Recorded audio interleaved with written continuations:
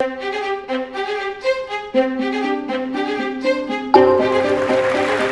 gives me great pleasure to present to you Gloria Steinem. Are we going to win? Yes! Gloria Steinem is one of those women who, once noticed, isn't easily forgotten.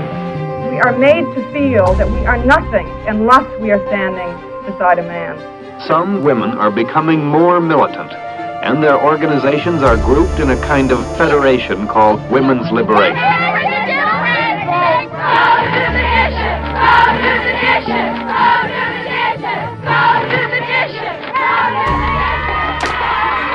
These women are not kidding, they are deadly serious.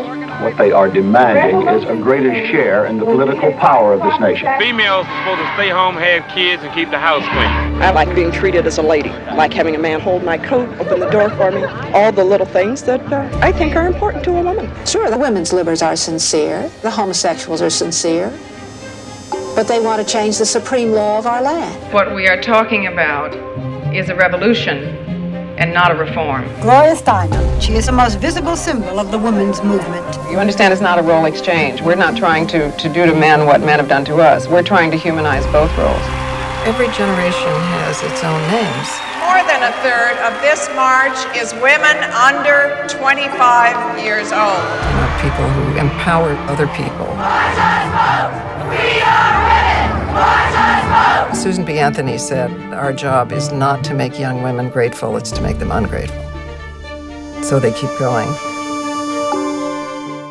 A feminist is what the dictionary says, which is a person, male or female, who believes in the full social, economic, political equality of women and men. And I would say also acts on it.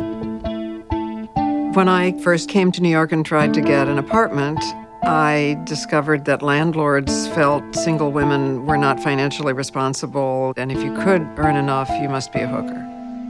The first year I freelanced, I spent a lot of time sleeping on the living room floors of my friends.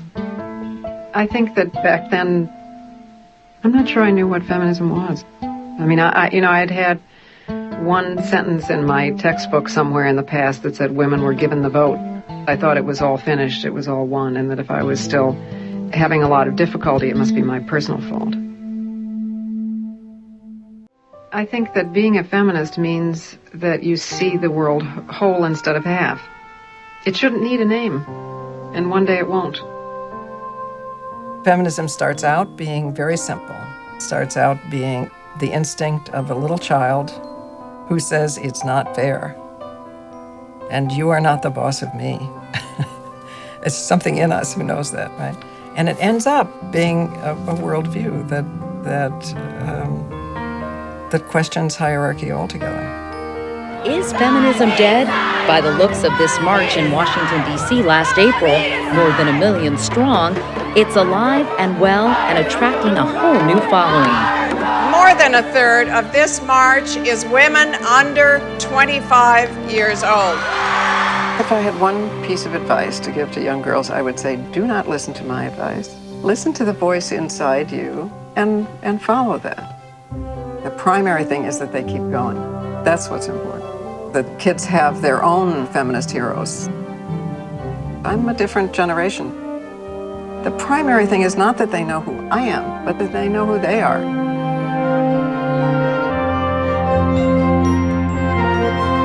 As I look back at something that happened 30 years ago and it seems quite recent, I have to realize that I may not be here 30 years from now. I've so loved being here. And I do hope to live to 100. I love it so much. I never want it to end.